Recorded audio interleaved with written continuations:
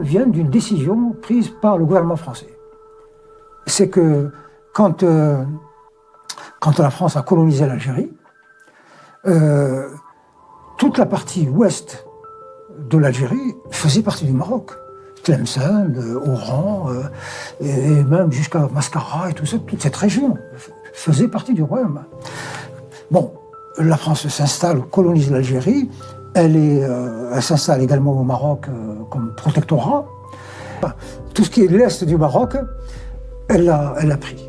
Elle a tracé une frontière comme ça.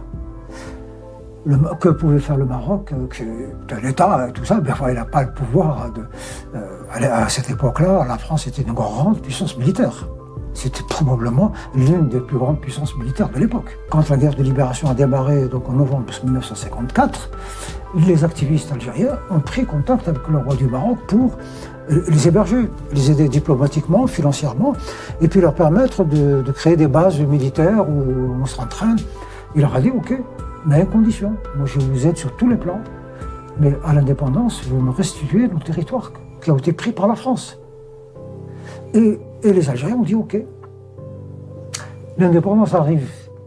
Entre-temps, l'Algérie est devenue pays communiste, derrière il y a Moscou, et les Russes ils ont dit bon, c'est tout, nous on est prêts à vous aider.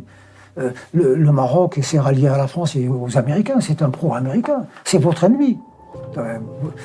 Et donc du coup, nous sommes en 1962, au moment d'indépendance. Que fait le Maroc? Son armée rentre en Algérie pour reprendre ses territoires. Et donc il y a eu guerre.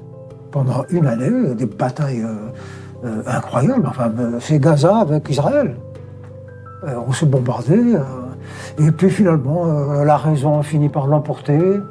Les médiations internationales ont fait que, bon, allez, on a retracé un peu les choses. Et puis, mais avec toujours cette méfiance, et puis cette haine, ils nous avaient promis. Ils nous ont promis qu'à l'indépendance, ils nous restitueraient les terres que la France nous avait volées. Et là, ils nous ont menti. Et le régime algérien est un régime militaire. Qu'est-ce qu'ils ont fait? Ils ont inventé le Polisario pour déstabiliser le Maroc. Et puis parce que l'Algérie voulait un système communiste. Et puis elle ne voulait surtout pas que les Algériens disent peut-être que si on faisait comme le Maroc, ce serait mieux. Ils sont plus libres, il y a le tourisme, les choses se passent un peu mieux.